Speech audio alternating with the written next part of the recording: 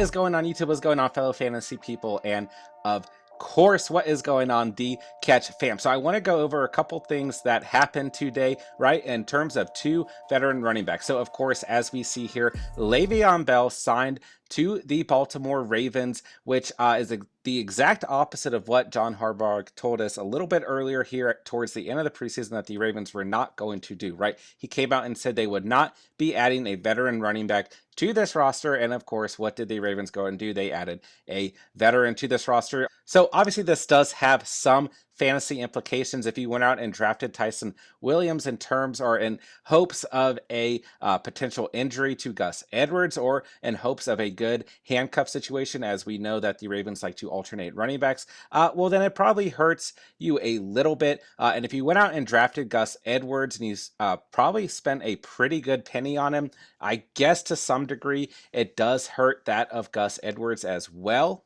But Le'Veon Bell barely even rushed for 300 rushing yards last year and only scored 2 rushing touchdowns. We really didn't see any significant value with him, even on the best offense in the entire league, right? So while I certainly think that Le'Veon Bell is talented enough to come out and show some promise within this Ravens offense, I would not be jumping the gun to add him to your roster. I don't think that he is going to have any significant fantasy relevance.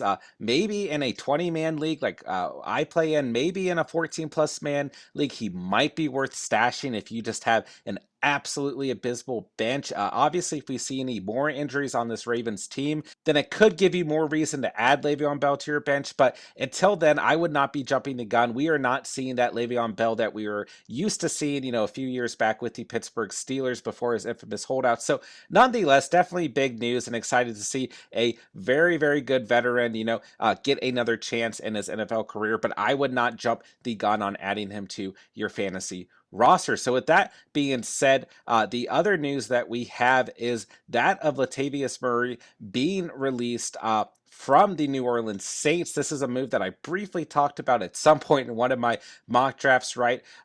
And, some people out there saw this coming, and that makes that of Tony Jones Jr. the next running back up, after Alvin Kamara on the New Orleans Saints. So would I go and add Tony Jones Jr. to your roster? Probably not.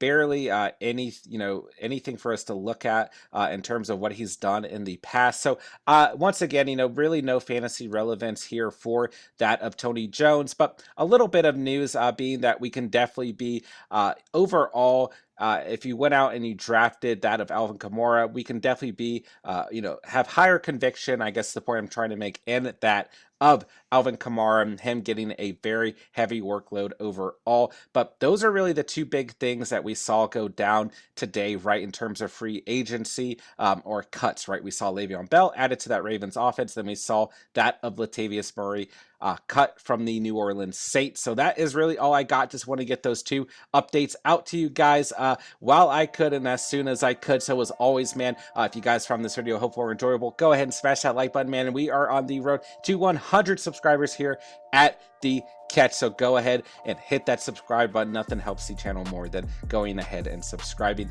to the channel, and drop some comments down below on what your guys' thoughts and feelings overall are on that of Le'Veon Bell coming back into the league. Like I said, definitely very, very happy to see him getting another shot to kind of revamp his NFL career. So as always, guys, I thank you so much for watching and or listening, and remember, you saw it here on the Catch.